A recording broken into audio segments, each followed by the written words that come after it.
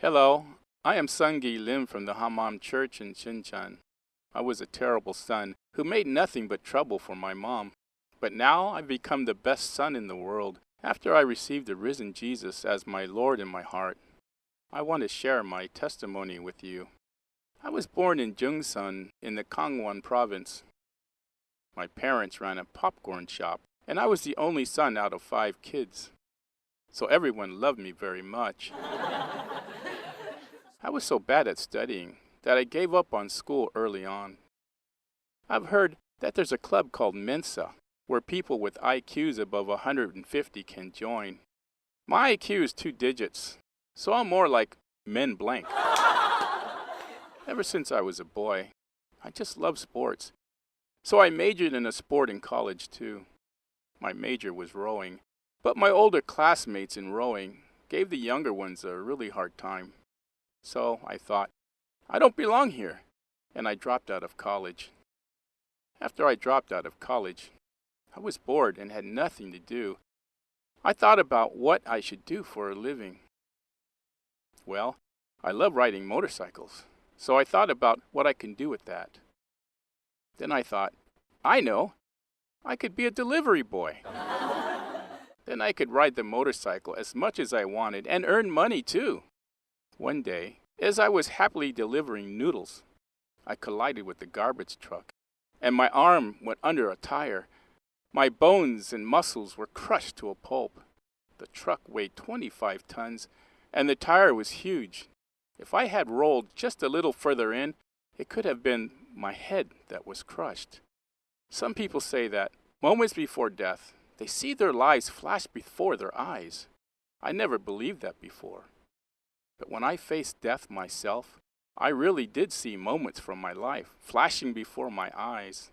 At that moment, I was totally terrified of death. My family was Buddhist. But at that moment, I cried out, "Oh God!" instead of, "Oh Buddha." That surprised me too. Then I was rushed to the hospital. For 3 months, I had 7 operations and barely managed to escape death several times. Then one day, the doctor told me that my arm had to be amputated. When I heard that, everything got dark, and I just wanted to die. My cousin was beside me, and he said, "He's too young to live without an arm. I know this kid. He'll just kill himself. Doctor, please, isn't there another way?" He begged and pleaded like this for me, and that's how my arm was saved. But this arm has no joint or muscles anymore. After I recovered from the accident, I felt depressed that I was disabled when I was still a young man. So I began to live a reckless life. I drowned myself in tobacco and alcohol, and I got tattoos all over my body. Because I had no money, I couldn't do drugs, so I sniffed glue or inhaled fumes. Like this, I began to live a messed up life. I want to tell you a bit about my mom. My father passed away when I was in 4th grade. A long time ago, sons were more precious than daughters in Korea. But my mom gave birth to 3 daughters in a row. So she was treated very badly by my grandparents. And she had to work in the field all day, the very next day after she gave birth. She lived in tears with her 3 girls. Then to her relief, I was born. She rested for exactly 3 days after my birth. She raised me like the most precious thing in the world.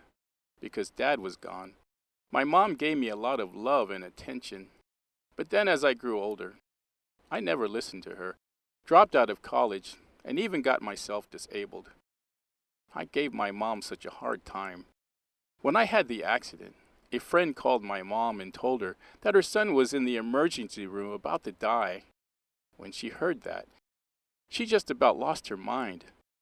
She took a cab from Jungsan all the way up to the hospital in Chuncheon where I was. I was cold because I had lost lots of blood, so I had asked the nurse to pull the sheets over my head for me. But that was when my mom happened to walk in and see my bed. And she screamed, "Oh no, Sungi, you're really dead." But then I pulled my sheets down a little and said, "No, Mom, I'm still alive. Then my mom was so surprised that she stumbled and fell on her bottom. And another time, she was taking care of me in the hospital. She had packed a lunch, but it was really smelly because it was food from the countryside. I was ashamed when I saw my mom eating food like that, so I pushed the lunch aside when she was still eating it and cursed and yelled at her to leave because it smelled so bad. I can never forget the tears in my mom's eyes when I did that. After that, I began to cause all kinds of trouble. The thing was, my oldest sister had gotten into a pyramid scheme and got back home after having lost all her money. I said to her, cursing and yelling, "You idiot! Even little kids know not to get into pyramid schemes. Why are you always so stupid?" And then I ended up doing exactly what she did. I told everyone that I'd make tons of money in the city and come back home in a fancy car. Well, in exactly 1 month, I lost $10,000 in the car my mom had bought me, and I came back home penniless too. After I came back home, I drank every day and slept on the streets. I got into so many drunken brawls that every time there was a man drunk and causing trouble, my neighbors assumed that it was me.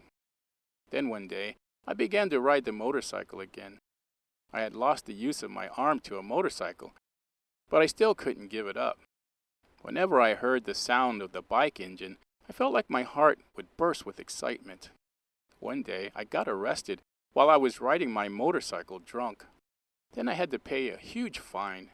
I was charged with 6 things: drinking and driving, driving without a license, assumed identity, fleeing the police, reckless behavior at the police station, and riding without a helmet.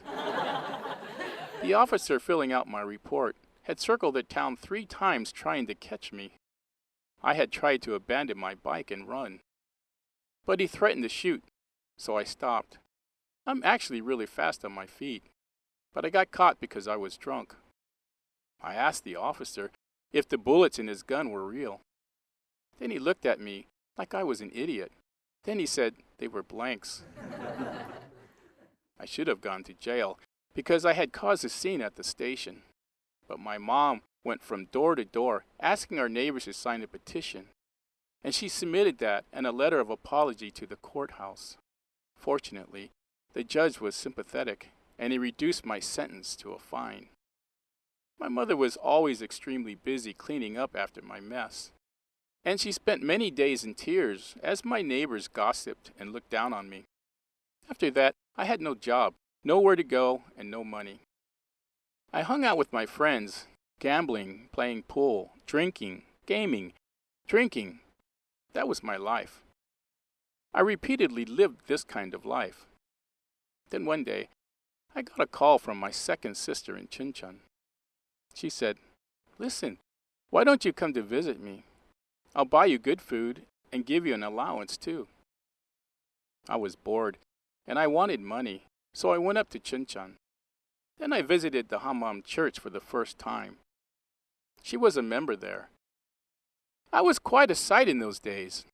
My hair was dyed green and really long. My face was blackened with smoking and drinking. My eyes were always bloodshot. Plus, I wore bright red, torn jeans and earrings. When my pastor saw me for the first time, he told my sister, "If he manages to last 3 days here, he'll have done really well for himself." But here I am now, standing before you in God and giving my testimony. Can you believe that? That was how my life at church began. But I was there for vacation. I wasn't there to worship or listen to the word. So I just walked around the church, smoked and slept. But one day, I saw something special. I saw that the brothers and sisters at church were always treating me so well, without expecting anything from me. At first, I thought they were just being hypocrites.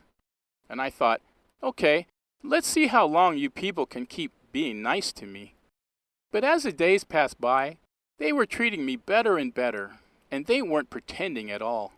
That was when my heart opened up a lot.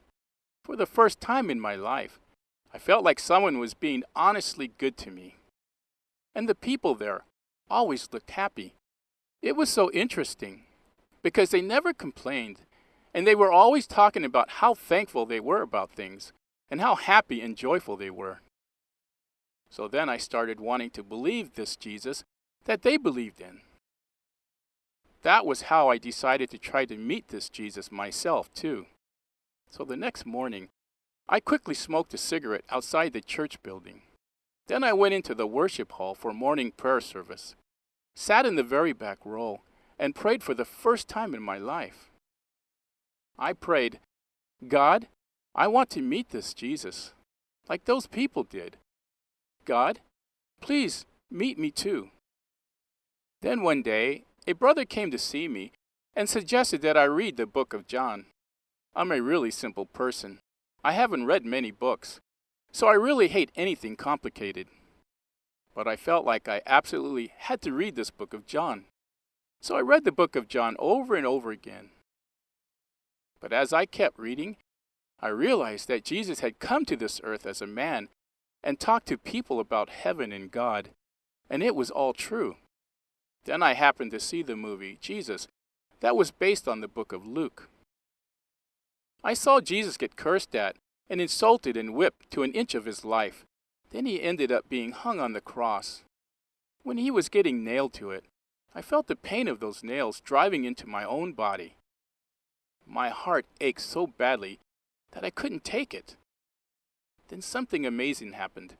This Jesus died. Then he came back to life and went up to the sky. He rose again and ascended to heaven. At that moment, I saw on the TV screen how the disciples were raising their hands up to him as he was going up to the sky, and I found myself also raising my hands up to the sky like the disciples, as I wept and wept. I think I cried a lifetime's worth of tears, and that was when I realized that I had lived a wrong life. I am really, really dumb, but even someone like me could realize this in an instant. If Jesus died and came back to life and went up to heaven, then that means heaven really exists. Then that means the heaven and hell that the Bible talks about really exist. Then that meant when I die, I would go to hell. So I was desperately thinking about how I could be saved. Then God told me how. Jesus is the resurrection and the life. If you believe in Jesus, you'll live even if you die. And if you believe in Jesus, you'll never die, Sunggi. Do you believe this? He said, Jesus is the way and the truth and the life. Without Jesus, no one can go to the Father God. I was so shocked. How could this be possible? He was saying that even people like me could go to heaven if I received the risen Jesus in my heart as my Lord.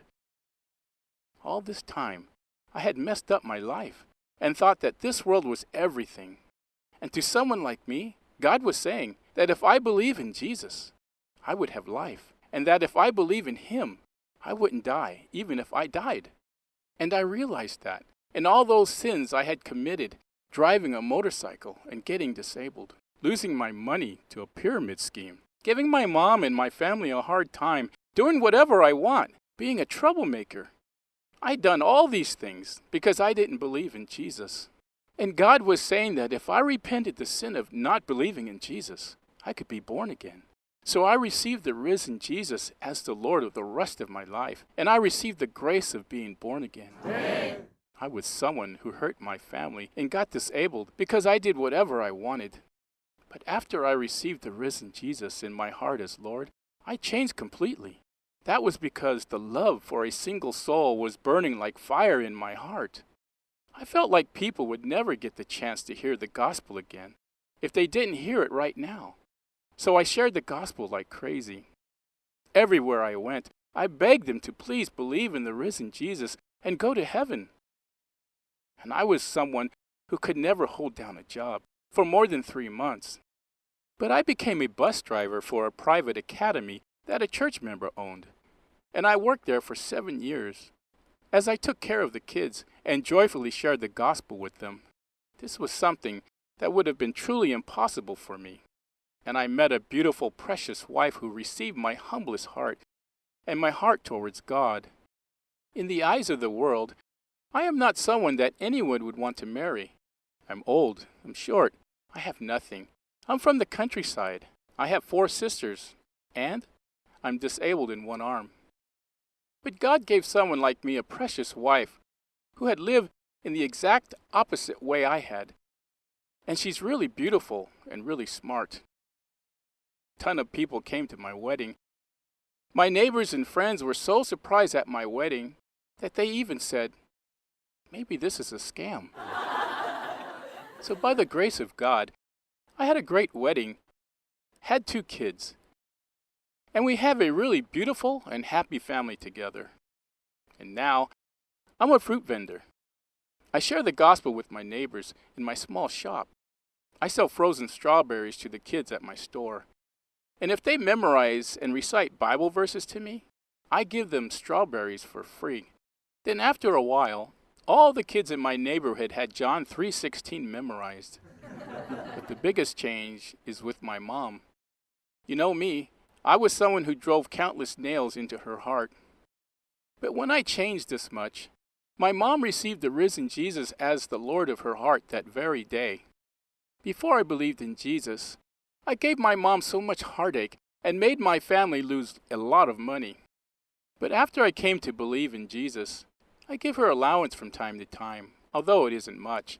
And I tell her I love her every time I see her. Then she gets absolutely giddy with joy.